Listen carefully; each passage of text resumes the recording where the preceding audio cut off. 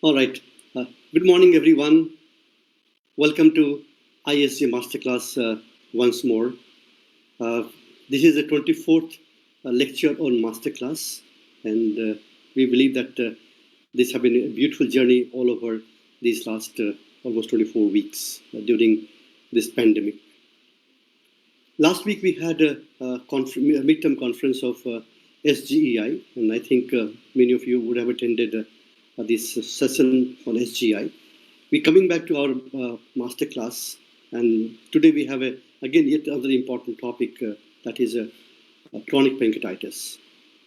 We'll focus today only on management of chronic pancreatitis, and again the point is of all this master class that we want to change the practice pattern in our country and all over that, and we only focus on those topics which are very important for practice points. And for that, we have again very renowned speaker, Dr. Manu Tandan. Dr. Manu Tandan is a senior consultant at Asian Institute of Gastroenterology in Hyderabad. He is in charge of academics at that institution, and we know that the institution is supposed to be one of the best in the world in gastroenterology. And we are also proud that one of our institutions of our country is now leading the world in gastroenterology practices. So, and he has done a lot of original work on chronic pancreatitis, especially management of stones, and he had a lot many publications to his credit on this very topic. This topic is very dear to Dr. Manu Tandan, and he always tells us that this is his area which he enjoys the most, talking about chronic pancreatitis. So we'll hear from him on chronic pancreatitis.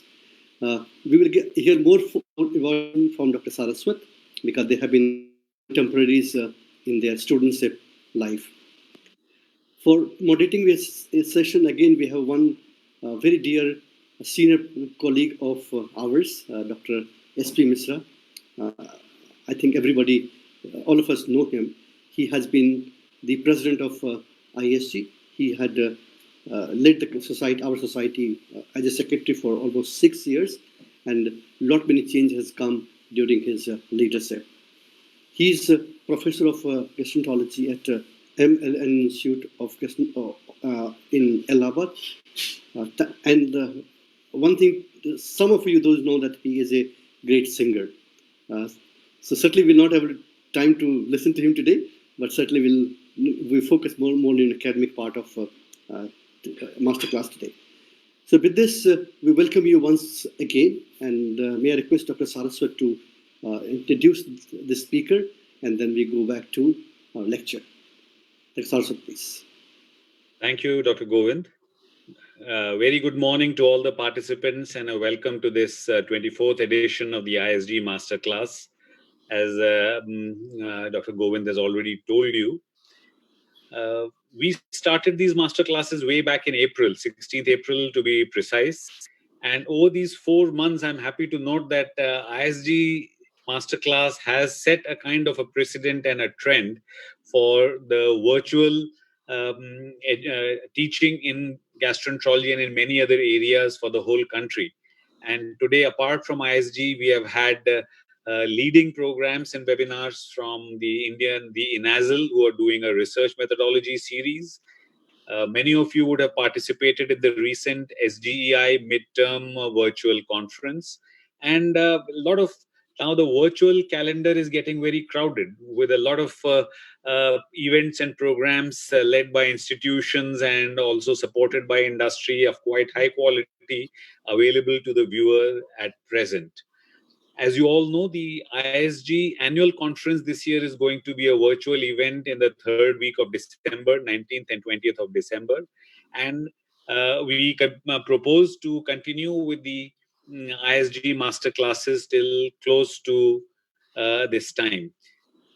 Many centers in India are presently, the DMDN candidates are appearing for their theory and practical examinations all over the country. So a very loyal group of a part of our audience is a bit somewhat preoccupied with the exam concerns. But nevertheless, I think What we towards the end of this session, I expect Dr. Govind will tell us about a slight change in the format that we are contemplating as we move towards a series of webinars on GI oncology, which has now merits recognition as a specialty in its own right. For today's session, it's a great pleasure for me to welcome Professor Manu Tandan from the Asian Institute of Gastroenterology to speak on the topic of chronic pancreatitis, which, as Govind has said, is very dear to his heart. Manu and I go back a long time, almost 3 or 4 decades. I stepped into the seats that Randhir and he vacated at the All India Institute in 1984, 85. And Manu and I have um, uh, a lot of things that we have shared from our MD days. Apart from our interest in the pancreas, I think both of us share a deep interest in history, for which we tend to share with each other whenever we get together. So, with these few words, I think I'll welcome Dr. Manu Tandan and request him to deliver his lecture on diagnosis and management of chronic pancreatitis. Manu? Yeah. Thank you, Vivek. Thank you, Govind. I think it's a privilege to be speaking to. Just 1 minute, I'll get my slides on. Yeah, full screen. Yes, we can see your slides, Manu. Now you can. So thank you, Govind. Thank you, Vivek, not only for the introduction, for the privilege of giving me this opportunity to talk to you about pancreatitis. And I'd also like to thank SP, who's going to moderate the session, because his inputs were helpful in making the questions and some of my slides. What I propose to do in the next 40 minutes, we'll have a break halfway through, is talk to you about management only, because management is itself a big topic. We'll start straight away. Now, all of you know, irrespective of the etiology, chronic pancreatitis is an irreversible illness.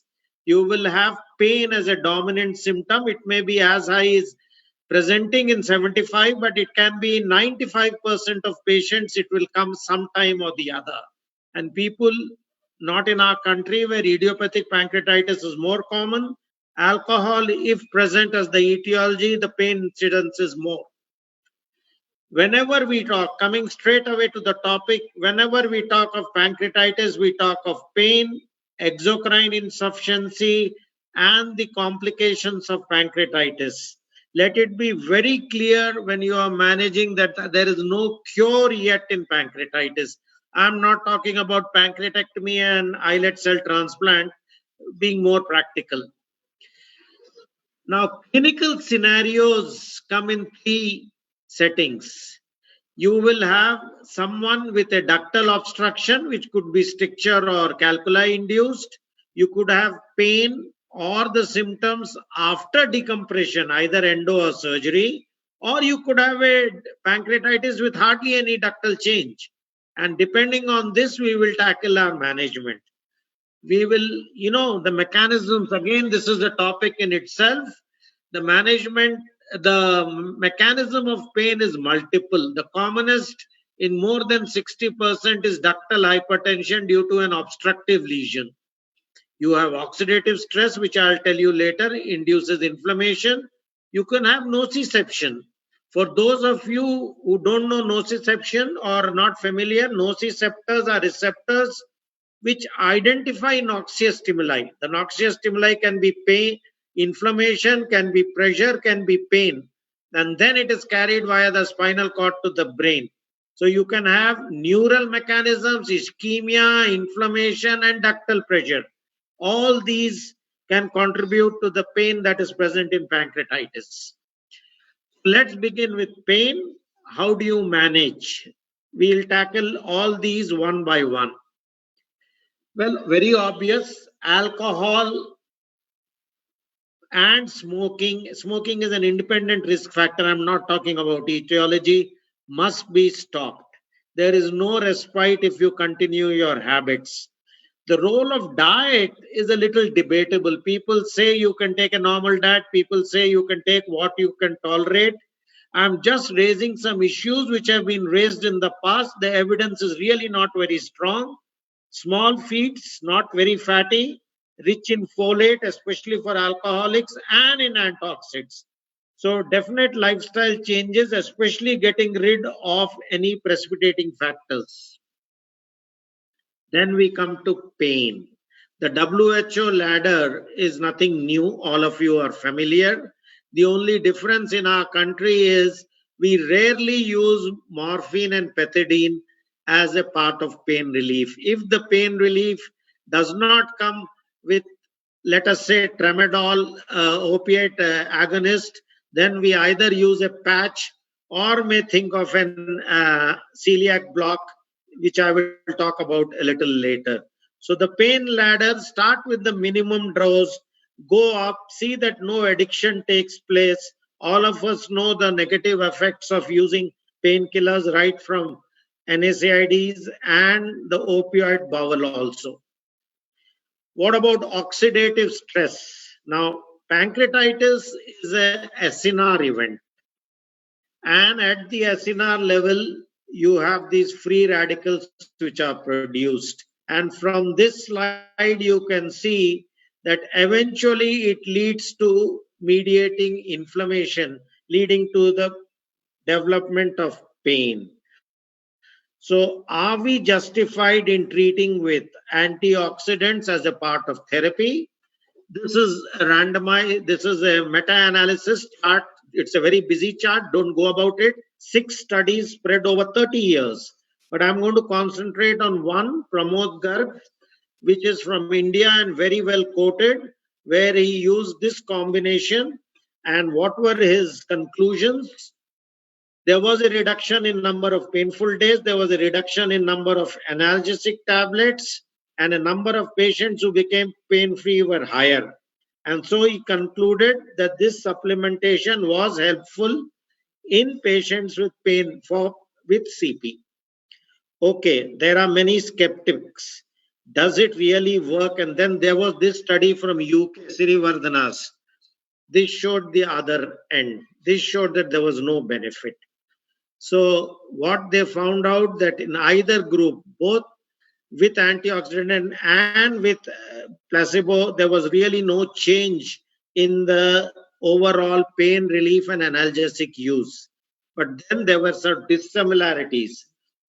Basically, Sirivardhane's group took patients who were more severe, patients who continued alcohol and smoking, and patients who were older and using opioid. They are the ones who didn't respond.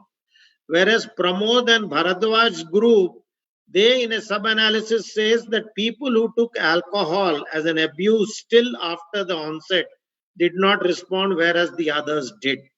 So maybe in our variety where idiopathic, we have a study of over 8,000 patients. I'll come to it a little later. Only 472 had alcohol and smoking in significant amounts. The rest were all idiopathic. So we did a lot of studies on that, and we found that methionine, especially in important quantities of as high as 2 grams per day, will supply the methyl and thiolol moieties, and this will help reduce the pain. So this was what we concluded, and this was mostly in idiopathic chronic pancreatitis. If you have a small duct disease, I told you neural mechanism, either neural pressure or nociception, any of these drugs could be pregabalin, could be an SSRI, or could be a tricyclic antidepressants, where all have been used with variable degree of success. It may be worth trying, especially in a small vessel disease where there is no role of a small duct disease, where there is no role of endotherapy or surgery. Soren, we are doing a study with Soren on pain in chronic pancreatitis. It is Scandinavia and AIG. He had this study where he found that pregabalin helps, especially when neuropathic pain is dominant.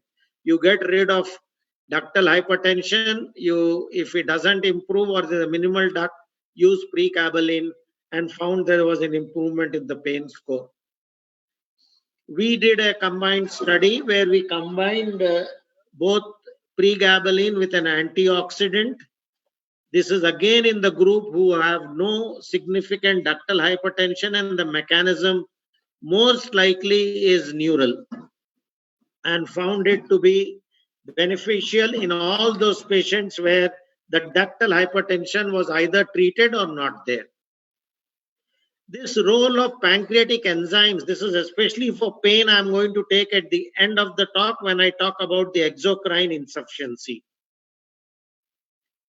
Now, the second important after pain is exocrine insufficiency. We are not going to talk about type 3C diabetes because that's a separate topic in itself, and an endocrinologist probably will tackle it better.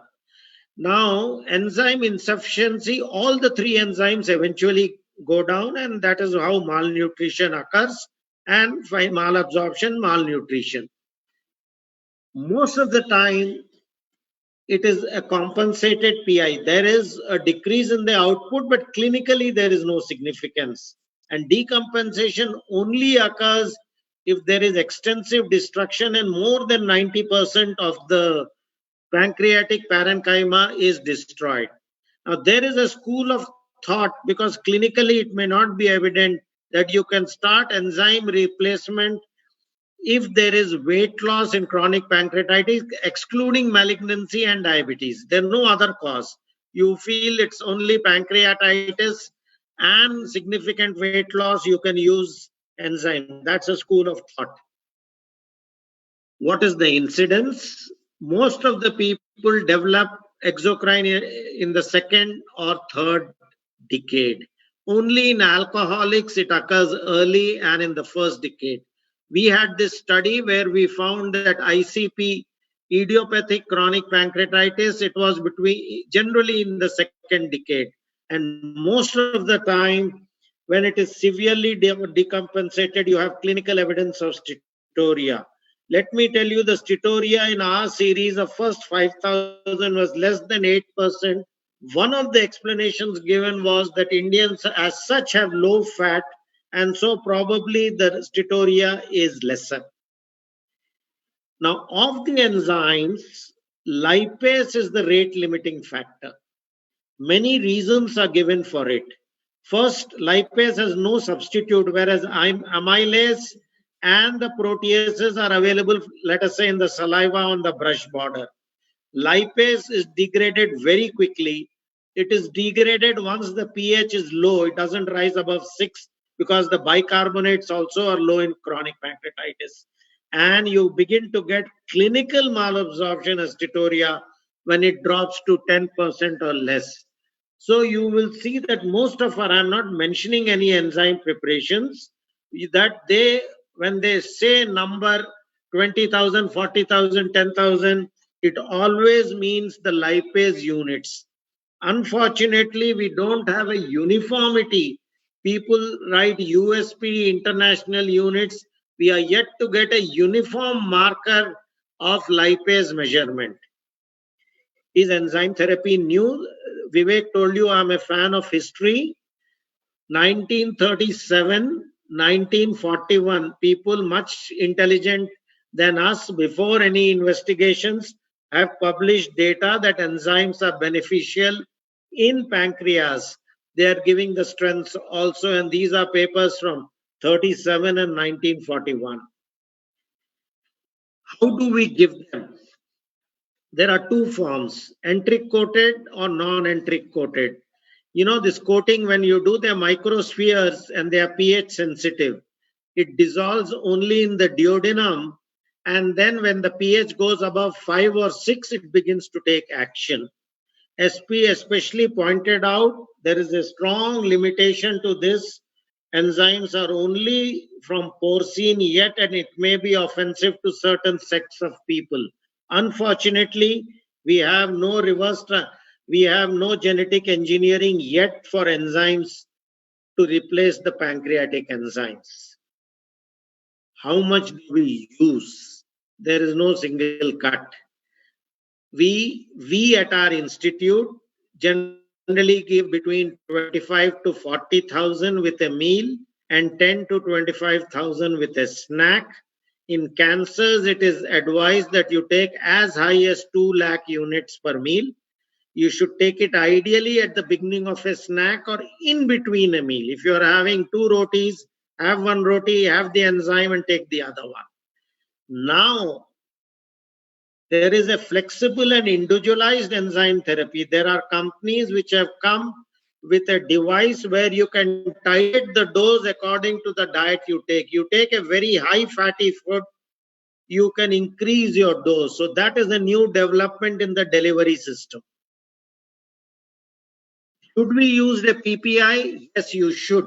This is just because we need to raise the pH at least above 5, ideally above 6. Otherwise, there is no active action of the microspheres. So, must use a PPI whenever you are using a pancreatic enzyme for PEI.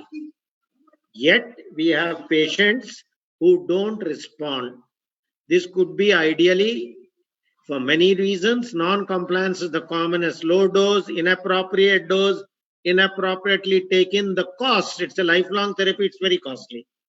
Sometimes with gastroparesis, the microspheres just don't enter the duodenum. They get degraded because they just keep sticking in the stomach. And if you use some of these preparations, calcium or magnesium, binding takes place and the spheres are not able to deliver to the regular site where they need to be. I told you I'll talk to you. Do these have any role in pain? How does pain and enzyme act? Now, serine protease is one of the proteases which stimulates CCK if it is deficient. Now, in chronic pancreatitis, this goes down. You get an increase in CCK, pancreas is stimulated, and then you get pain. So, if you want relief, you need something with high proteases. If you want relief for malabsorption, you need to have high lipases. So if you need both, you have protease and lipase. Unfortunately, again, I say, and SP and I were discussing this, not many preparations in our country at least have got a high protease. Let us see the role in pain. Well, I am quoting, there are many studies, but I am quoting from PGI, Dr. Bhasin's group, Surinder Rana and Shafiq. They did a Cochrane analysis and found 361 patients, and look at their final conclusion. No definite conclusion can be drawn. This was 361 patients, 10 studies. No definite conclusion for the benefit in pain management. And then we had this meta-analysis which showed 4 of them showed benefit, and mind you, all of them were non-coated, and most of the preparations we get today are coated. So if you think pain it may help, then you need a high protease and a non-coated enzyme, where showed no benefit. So the jury is still out. If you have nothing better to try, then try a non-coated and a high protease enzyme. I think SP, as I told you, we'll moving on to the next part. We have discussed pain, antioxidants and enzymes. We'll take a break here, and if there are any questions, SP will put it forward. I think any one of you can put it to SP and we will take it over. Come in, sir. Sir, can you put your camera slide? Yes, slightly. SP, you have to change your angle to half your face is seen. Yes. And demute. Unmute, yeah. Perfect. Unmute. You see me now? Yes, sir. Yes, sir. Yes, a little better, SP. Fold it a little better. We need to see you. Now? Fantastic. So there are lots of questions, and I think, Manu... you collate them for me, because I don't think we have the time to answer everyone. Okay. I think during your AIMS days, you favoring Vivek rather than Shiva. Shiva has lots of questions for you. Oh, So Shiva from Visakhapatnam is, one question is there, how does one objectively differentiate contribution of ductal hypertension versus other factor causing pain? Shiva, we'll come to that. Ductal hypertension generally occurs in two conditions only established. The rest is all speculation. If there is a significant stricture either in the main duct or one of the main side branches, but mostly main pancreatic duct. And the second is a stone which is obstructing the lumen. These are the two objective things. You can do it on a good imaging. I prefer a good MRCP rather than a CT to identify that. Manu bhai, has somebody measured the pressure? Earlier it was being measured. When the strictures were going to be treated, they were measured. That practice has now been abandoned. Second question from Shiva is, what is the best objective pain score to decide necessity of stepping up pain management? Shiva, this will take another 40 minutes to go. Starting, we have Isbisky score is too complicated. There is a specific pancreas score, Soren's, which we are doing. We are going to adopt that score. It will come out now. We, for our 7,000 patients, which we have published, only used VAS because some of it was telephonic. For practical purposes, when you are on a phone, probably the VAS is the most convenient. It has many loopholes because it is subjective. But Isbisky is very complicated. The new one, hopefully, will let you out in maybe about 6 to 8 months. Dr. Jayanti, you asked a question about enzyme replacement. He's already said that it has, Dr. Bhasin's meta-analysis, that there's hardly any role. So I think that your question is answered. Again, Shiva has one more question. Is there a single biochemical parameter that can indicate the need of enzyme therapy in patients who have weight loss? Practical purpose, clinically, weight loss and fecal elastase is what we do for practical purposes.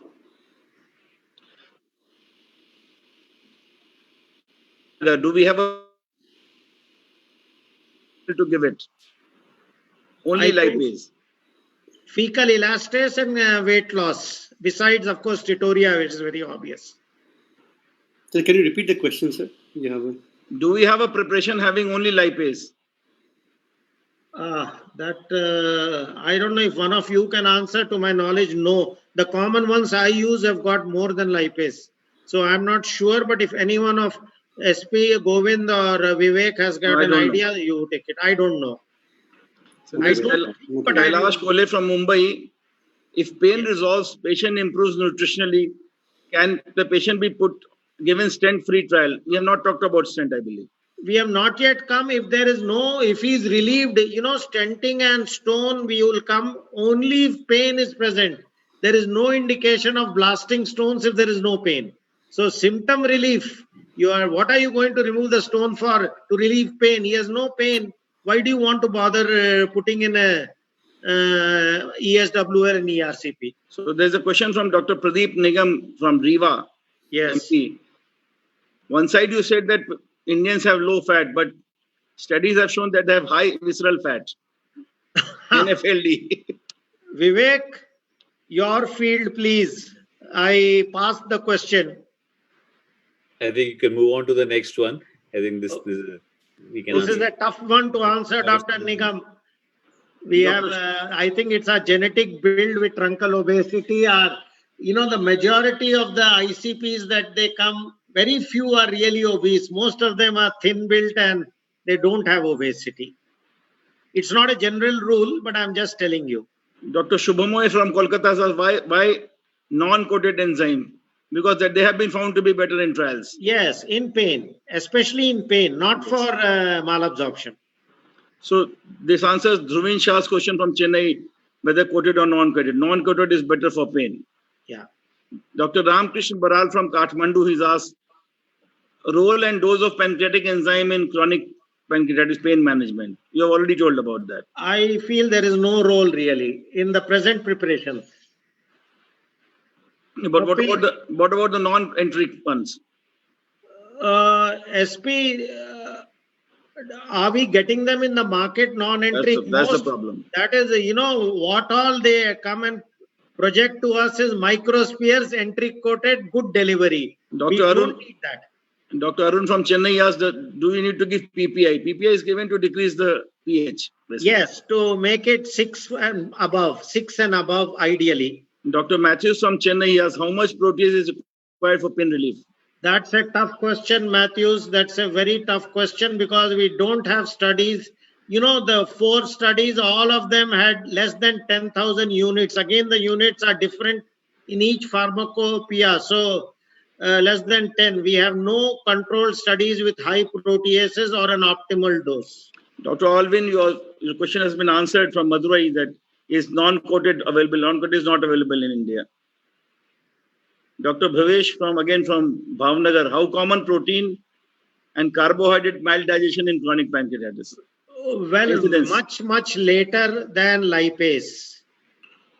Pancreas amylase is available in many sources, protease is available in many sources. So if the diet is adequate and there is no restriction in the diet or intake for any reason, it's unlikely. But if nutritionally because of pain he goes down, then you'll get all the 3. One question from somebody, he asked, how long should we give PRT enzymes? Actually, lifelong. Theoretically, if your finances support it and enzyme it's an irreversible disease, unlikely to improve totally. Then the Dr. Gopal from Mangaluru is asking, is there a cutoff from CA99 in patients with acute exacerbation of chronic pancreatitis without malignancy? That's if there is cholangitis in my hospital, even up to 200, we are not bothered. No, nothing. Even if there is cholangitis. Yes. So can we go with lecture and we come back again?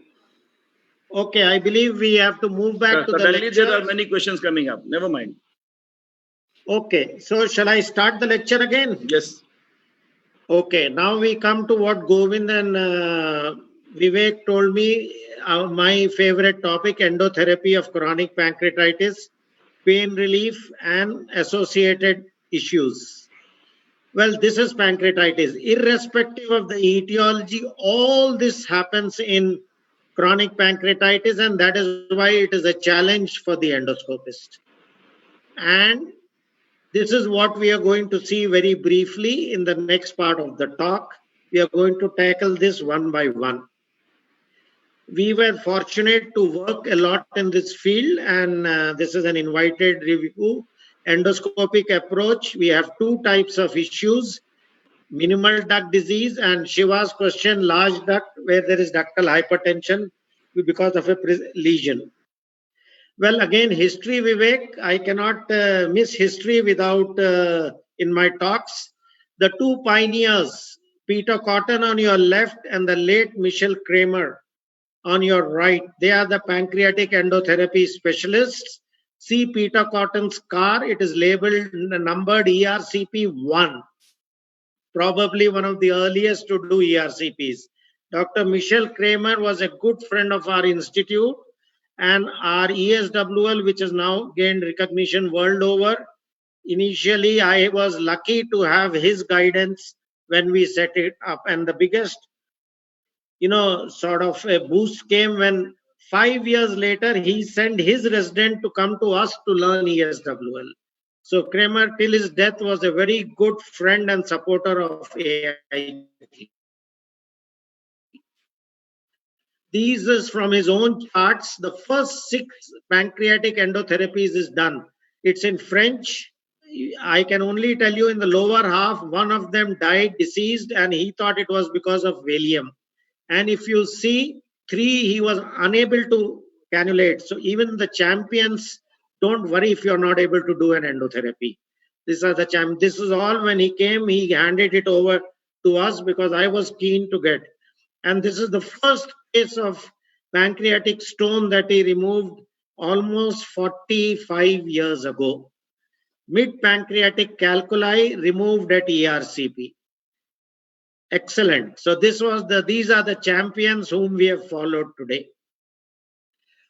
Coming to the topic proper, what do you do if there is a minimal duct disease and pain? I told you, you have tried all the earlier things. You have tried pregabalin, you have tried antioxidant, you are given pain, the patient is not relieved. I'll talk about celiac block a little later. But if you have no options, worth giving a sphincterotomy to the major papilla. More than 60% will show a response, though restenosis is seen in 15. Same happens in divisum with chronic pancreatitis. Peter Cotton did it the first. Almost 50% will get a relief. The restenosis rate is obviously higher because you make a smaller cut, the mound is smaller, your cut is smaller.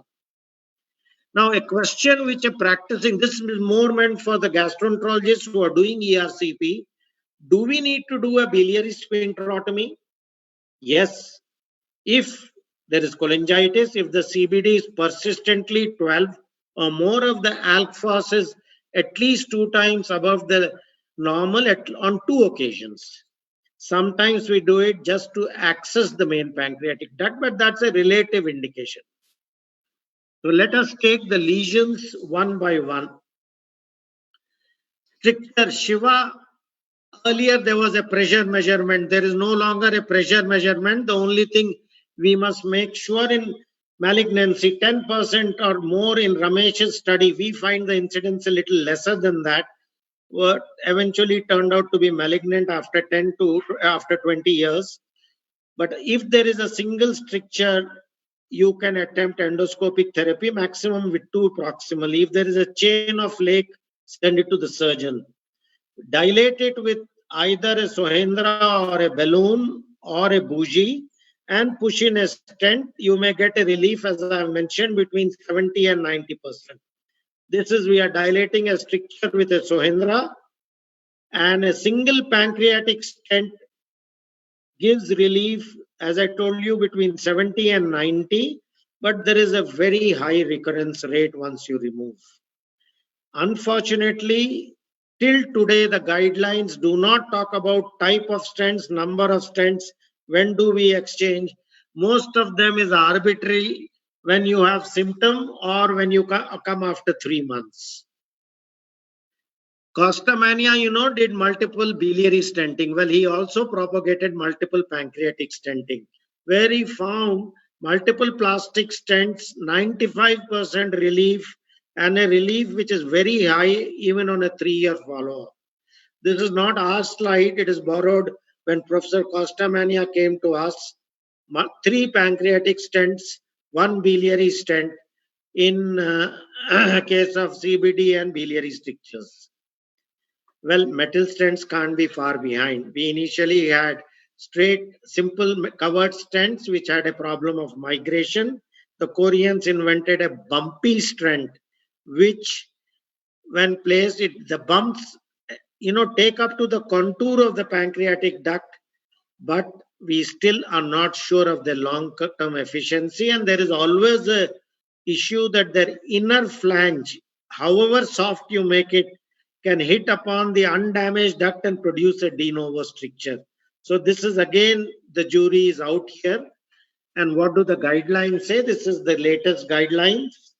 Only ASG has given guidelines. They say that ideally a single stent should be tried for a year before you call it refractory.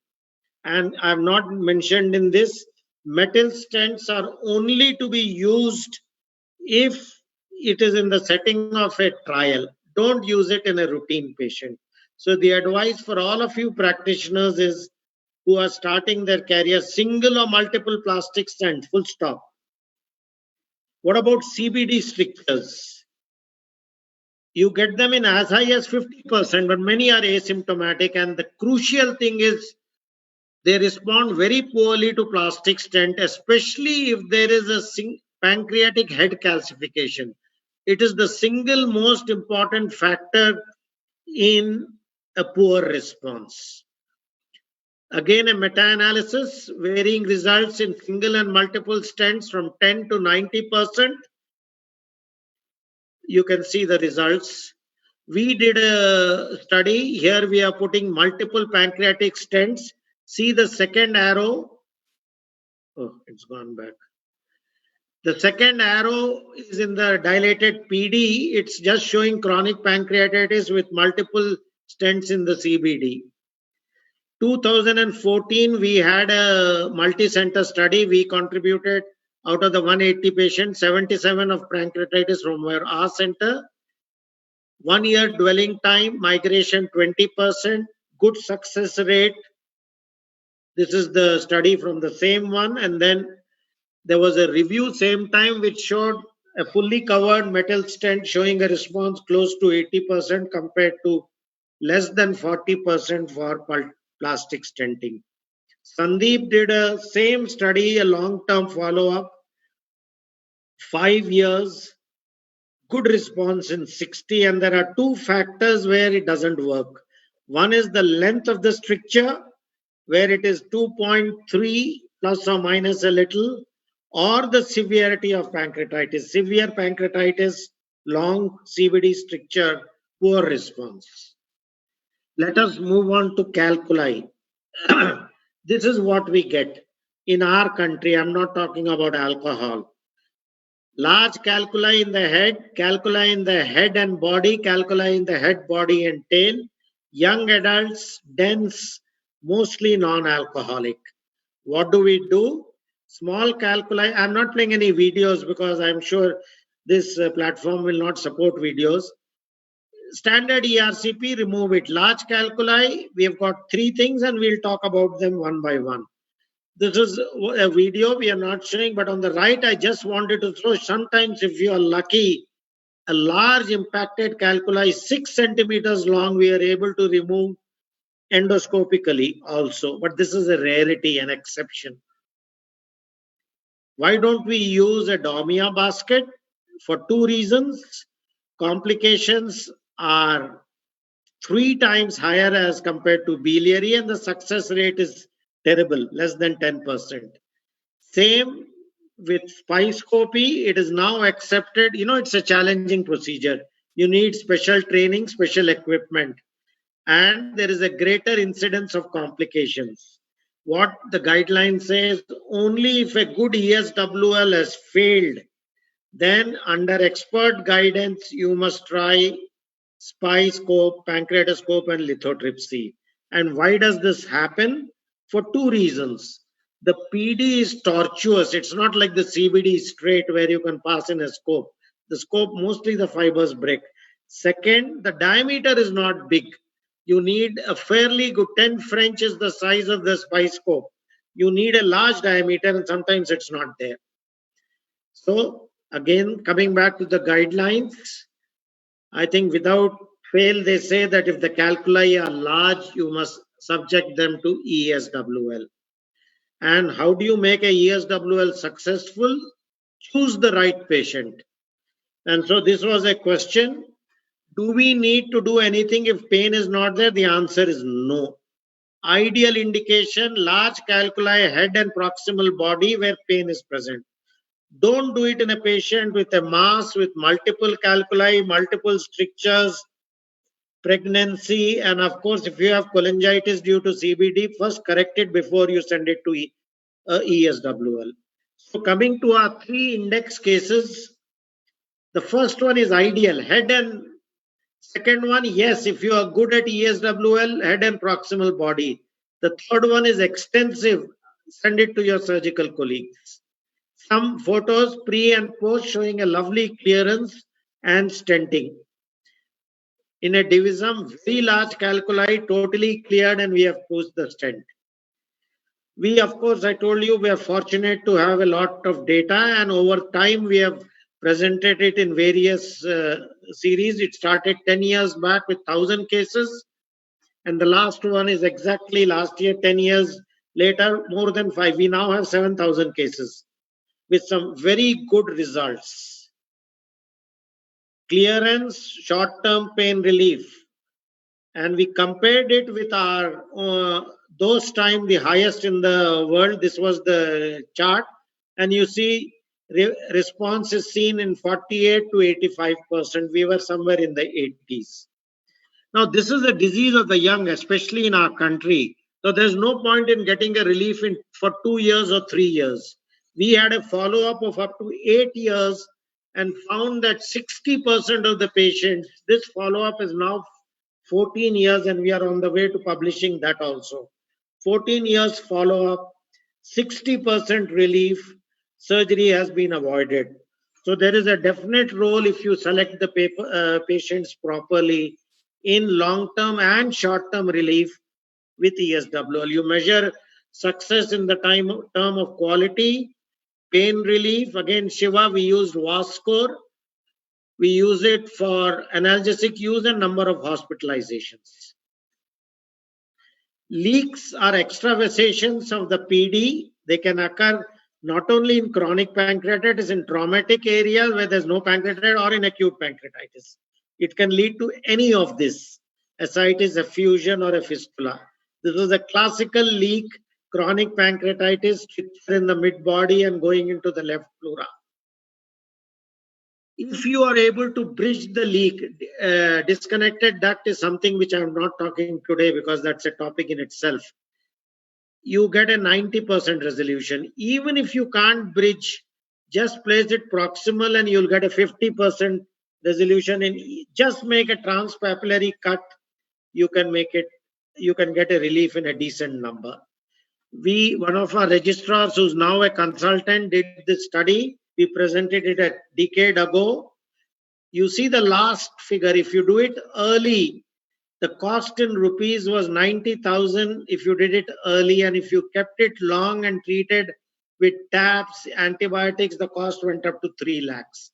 So if you feel is a good candidate, do it early. And these are from the same study. Leaks in the mid-body, covered.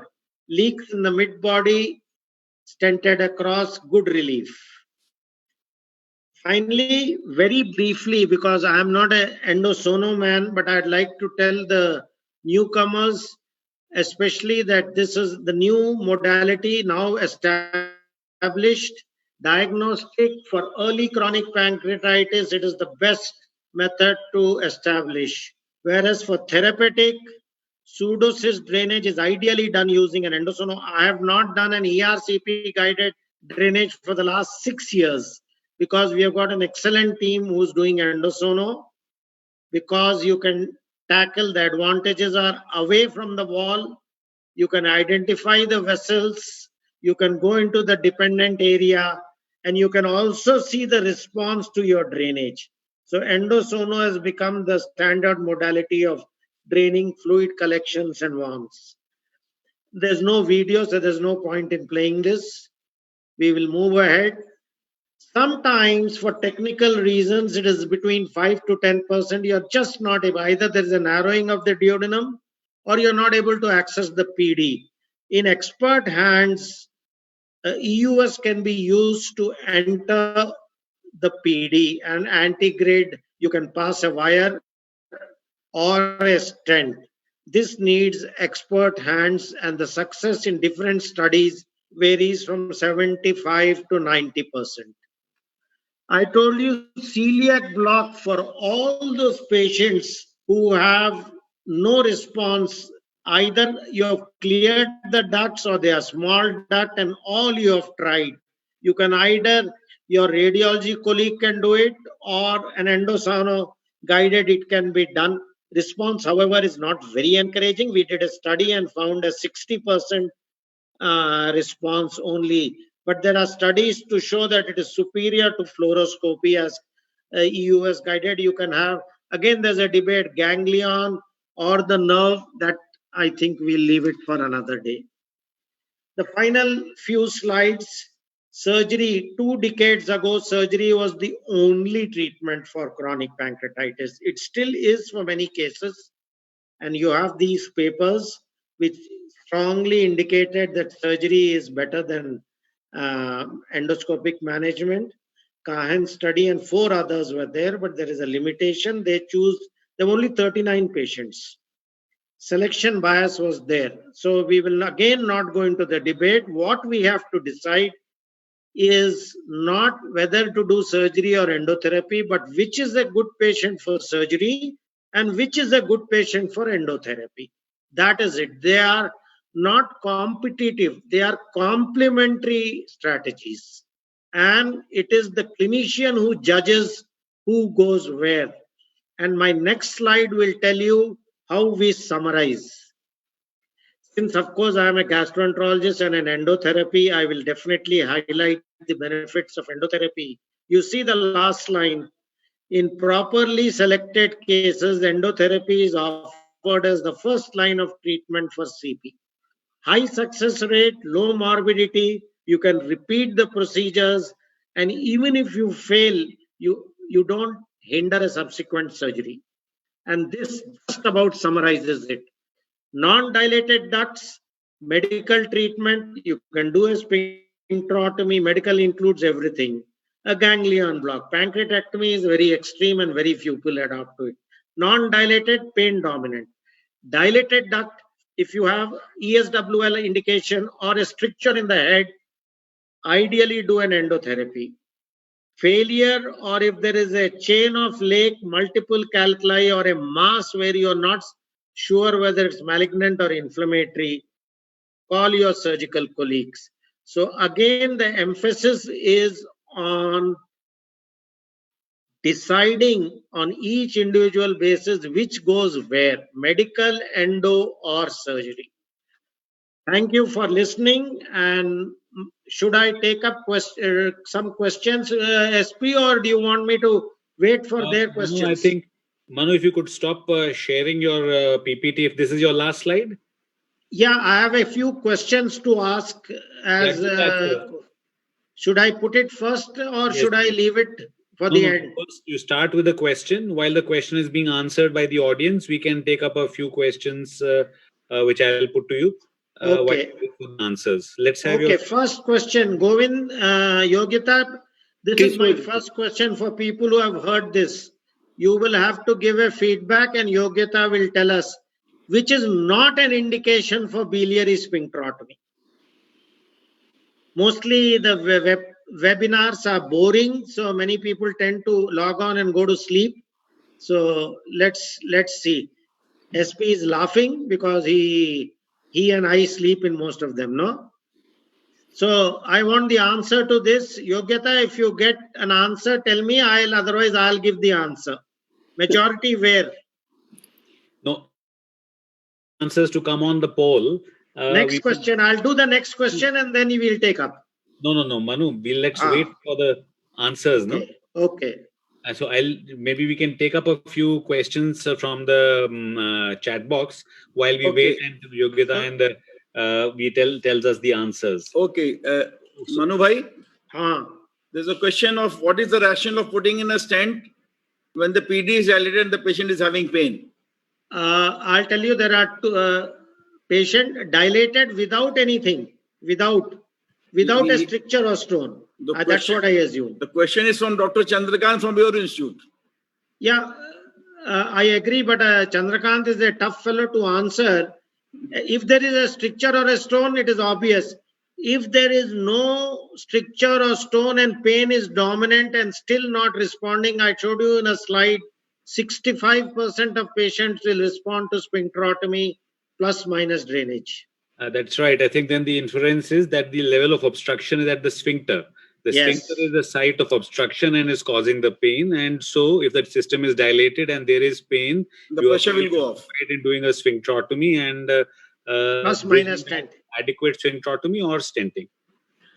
Right. There's a question from Dr. Rajendra Patel from Mangalore. Pancreatic duct involvement in the tail and patient cannot be undertaken for surgery. What do you do? The two things happen there, Dr. Patel. One, generally the tail symptoms are minor because the distal obstruction, there is very little duct which can cause ductal hypertension. The two riders I'm adding, this is only new, it was not when we published. We have a new machine now which we can focus very well on the tail without damaging the spleen. The biggest danger in ESWL was in the tail was if you hammered, you will produce a splenic infarct or a hematoma. Now, what we did was with this new machine, isolated cases where pain is still dominant and we feel nothing will work, we have done it. But please don't try it unless you have a real high-end machine. But Manu, how commonly do you find there is significant bothersome pain in a person Very with less, very less, very less. So it is really seldom a clinical problem. Yes, I told you the amount of duct distal is very nominal. Important. So Manu, Vivek and Govind, most of the people were awake. They have given Yes, the right they answer, were. GPT, more than 2 times. Elevated is not an indication for biliary centrotomy. Correct. So maybe we can have your second question, Manu. Second question. Okay, Yogita, I'll go to the second question. Oh, I'll have to share my slide again. Dhruv, 1 minute. Give me a minute. I'll come back to the. Doesn't matter, sir. We can go to the, more discussion. No, Right. So Yeah. I think Manu, while we get that slide, yeah, okay. yeah, I have come now. The second question is, it's not. This was already done. Yeah, it's not Next one. moving. Next slide. Now we had this study where we put CSEMs for long time. What are the indicators? These are multiple answers. You have to tell where you get a poor response for biliary stricture in CP. This was a study of 5 years follow-up. And it is for covered SEMS. Covered SEMS, CSEMs. Okay. Now we can go to the questions, Vivek. No, but it has to remain on the. Yeah. Let this be on while people answer. Yes. So, Manu, I think the classification of pain has been a concern. People, apart from the early Aman et al., they talked about type A, type B pain. Yeah. Has there been any further improvements in? This is a question from Dr. Aniket in Delhi. Has there been any improvement in the pain classification? And can you tailor your management to the pain pattern? What are your thoughts? Even Roop has published a paper where he has said ABCD type of pain, but Vivek, the truth is there's really nothing which is validated. ISBKs was specific for pancreas. It is too complicated to apply. We don't use it. I cannot give you the details because that's a study in progress, but we had that preview meeting I told you with the Scandinavian group, that pain pressure, there is an objective measurement. They have done a measure. There is a device they have devised. Now that I cannot tell, but probably in a year we will have an objective measure, not a subjective measure. Can we have shorter answers because subjective. So the answer is no. No standard therapy. No standard marker. So one question Dr. is there. Manu Joshi from Haldwani wants to know, when will you use coated and when will you use uncoated enzyme preparations for various indications? We have no uncoated enzyme preparations of late available. If something is there, I really don't know. Okay. We only have coated, so there's no option. Right. So can we go through the answers? Manu, are you seeing the answers on your screen? Yeah, I think they have followed. SP, I and you are the only exceptions who don't listen. Everyone else is listening. Yeah. So you agree with this? Yes, I think they've done a good job. Yeah, two things are there. Bad response will be there if there's a long bile duct is dilated, and secondly, if you have bad chronic pancreatitis. So there were 2 factors. Right. Okay. So I think an important question has come from Professor Thayumanavan in Chennai. He wants to know what are the criteria that you will use to diagnose minimal pancreatic disease in the pancreas or small duct chronic pancreatitis. Are there any objective criteria, or it is only the absence of dilatation and presence of pain, so it must be small ducts? We use that only for practical purposes, but Thayu, there are 2 classifications, the Cambridge classification and the Kramer classification. Basically, they are main duct. 432 is our normal diameter, 432. They do the primary branches and the secondary branches. Depending on that, Kramer puts it in 1, 2, 3. We followed Kramer, I told you, because Kramer But for us, the practical thing is do a good MRCP, or if you're doing an ERCP, Right. see the ductal diameter 432 and then go ahead. So again, the criteria is what? Pain is present. There is no other disease suggestive of chronic pancreatitis, and the ducts are normal caliber. Then you will call No, it. there is evidence of chronic pancreatitis. Pain could be anything else also. Yes. Evidence of CP without the duct being more than 432. This is endosono evidence. Endosono evidence of salt pepper appearance. Endosono, you should tell Roseman criteria. Some follow it, some don't follow it. MRCP is 432. Yeah, that is normal ducts. So that is says that the ducts anything are normal. more than that will be abnormal. No, Manu bhai, how do you diagnose minimal pancreatitis one except US. for no. Many 5 and 4 criteria. A person in the audience who does ultrasound will know better. Fibrosis, those specks come. Stones, of course, they are definitive and probable criteria. Your colleague from Hyderabad, Ajit Kumar, asks, is there a role of medium chain triglycerides in treating steatorrhea? MCT.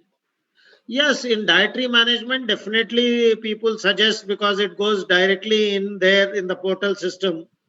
Coordination. Dietary management. Then there's a question from Mumbai. Dr. Kole is asking, in cirrhosis in chronic pancreatitis, if we are not able to get to the site of the leak after cystogastrostomy, is there a role of PD stenting? I didn't follow that actually. So there's a pseudocyst. And there is a leak. There's a leak too. If you can't go to it, put it proximal to the leak. Yes. You still will get a response in more than 50 to 60%. Even a sphincterotomy may help. Yes, the pressure immediately drops and the drainage comes into the duodenum. Right. I think regarding screening of chronic pancreatitis for cancer, there are a couple of interesting questions. Dr. Alwyn from Madurai wants to know what should be the protocol. Are all chronic pancreatitis patients candidates for surveillance for carcinoma pancreas? And if so, what strategy ought to be followed? Okay. There are two things. I don't know if he has heard Dr. Suresh Chari or read his paper. Ramesh, Ramesh, of course, from Cochin gave an incidence which was very high, 10 to 15% after 10 years or so. We feel the incidence is lesser, but anyone with long standing and weight loss will need a screening for, not due to diabetes, will need screening. Chari had a very nice algorithm. De novo diabetes in long standing CP or a sudden worsening of diabetes in a long standing CP is a marker where you need to intensify your search for malignancy. I think the question was also about what strategy will you follow to screen CP? Not which patients, that is one part of it, but what will you do based on imaging, some serologic markers? Imaging. First, tumor markers and imaging. But this is a very difficult topic. Imaging may also include PET. That's what they're asking. That you're too tough is a tumor markers, imaging, including PET if you are having a high doubt. Manubhai, there's a question from Dr. Rajiv from Delhi. Dilated pancreatic duct differentiating main duct IPMN from chronic pancreatitis. A good EUS man will do it and aspirate it and show us this thing. And if you can see the jelly-like material coming from the papilla, mucin, if you can see fish mouth appearance, well and good. So Dr. Divakar Reddy from Chandigarh, can we supplement all fat-soluble vitamins in chronic pancreatitis? Do you supplement fat-soluble vitamins? Yes, you should. If there is malnutrition, definitely ADEK. If there is malnutrition, yes. Questions on Facebook? So all the questions are posted out here, sir, in the chat box. So do we have some more basic question to ask? Or I think nothing, but I think probably is worth reiterating because many people have asked these questions. I mean, you have repeatedly said that only treatment is required if there is pain. So if there are multiple calculi and no pain, no treatment is required. Similarly, if there is no pain, then pancreatic enzyme and antioxidant therapy need not be started. Yes. And again, like Dr. Rajiv from Delhi wants to know if there are dilated ducts and the gland is atrophic, but there is no stone or stricture. Does it need management? No, pain. If pain is there, yes. No, but even if there's a atrophic duct, you have steatorrhea, then you treat that. You Yeah. can make a cut because the juice flow will be higher. Okay. I think Dr. Govind, we have covered most of the important questions. I think Professor P.K. Reddy from Chennai has a comment for you, Manu, that lateral LPJ will clear all stones easily and in one setting. So Yes. we need to keep that in mind, that while Yeah. endotherapy is advancing, surgical techniques, approach, Yes, and yes. expertise I is told you also that's a advancing. debate which will not end, and there is a definite indication there and a definite indication here. Right. So with this, I think we come to end of this very important topic on management of chronic pancreatitis. And Dr. Manu, this has been a wonderful talk, giving all the practical tips. How do you treat pain? How do you treat malabsorption? How do you treat if there are any obstructing stones and stricture? And how do you manage bile ducts in chronic pancreatitis? This has been a treat to listen to you and your huge amount of experience in chronic pancreatitis. I think all of us got benefit out of your very crisp and clear talk on the practical aspect of treating chronic pancreatitis. Thank you, Dr. Mishra, for again coming back to moderate this session. And again, so good to see you always. Thank you, Dr. Saraswat, for moderating this session. And so we have a couple of announcements before we log off. The first one that we have been saying that this year our annual conference will be held on December 19 and 20. That's a Saturday and Sunday. And this will be a virtual format. We will have abstracts and all the awards and all the award sessions on paper presentations. May we request all of you to please submit your abstract. The last date of abstract submission is 30th of this August, this end of this month. And please do submit your papers for Young Investigator and plenary session. Second point we want to highlight, want to bring to your notice is that we are changing now the format of the masterclass. And after discussing, we realized that we should focus some of these sessions on management of GI cancer. As we know, most GI cancer are not treated by one person. Is always a multidisciplinary approach, which includes gastroenterologist, radiation oncologist, medical oncologist, surgeons, and team from pain management. And the team is essential for effectively treating these kind of gastrointestinal cancers. And GI cancers, we believe, is a kind of no man's land, because we do part of it, we do diagnosis and palliate as a gastroenterologist, and then we refer back to oncologist. Again, to which oncologist? To radiation, to medical oncologists, to surgeons. And again, there's a not good coordination in many of the institutions. Some of the institutions do have tumor board that all of them sit together and take a combined comprehensive treatment strategy. But that's not available all over the countries. Therefore, we thought we focus on these aspects, some of the important aspects on how best to treat GI cancers. And for that, we will have a panel discussion. And if I can share what the plan for this would be, that we will have a series of 7 lectures, and we're starting from next week itself. We will have a talk on gastrointestinal lymphoma. Will be on August 30th, and this will be moderated by Dr. K. Mohan Das from TMC Kolkata, and we will have the moderators. We will have a panelist including Prachi Patel from Tata Memorial, Naveen Khatri from Tata Memorial, and Rimpa Basu from Tata Memorial. So we'll have panel discussion on GI cancers, and we already have a defined points. We are not going to discuss the whole topic, but we are going to discuss only the most important point which we need to know. Like when patient comes with particular cancer, what do you do? When do you refer to whom? And what is done there? So it will be a complete algorithm or simplified algorithm for GI cancer. And starting from next week, we'll do that. And then we talk about carcinoma gallbladder, cholangiocarcinoma, carcinoma pancreas, carcinoma esophageal carcinoma, colorectal carcinoma, and carcinoma of the stomach. So probably by end of the mid of the October, we'll finish this series. And with this, thank you very much, everyone, for joining on a masterclass web stream and also at the Facebook. So we need to close this point of time, and we look forward to see you on August 30th. Anybody had any? Okay, we'll log off, and thank you very much.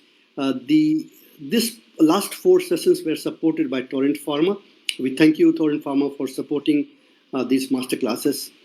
Now Okay, we can log off, and we see you next week on August 30th. Okay, bye-bye. Okay, Manu, SP, thank you very much. See you. Bye-bye. Manisha.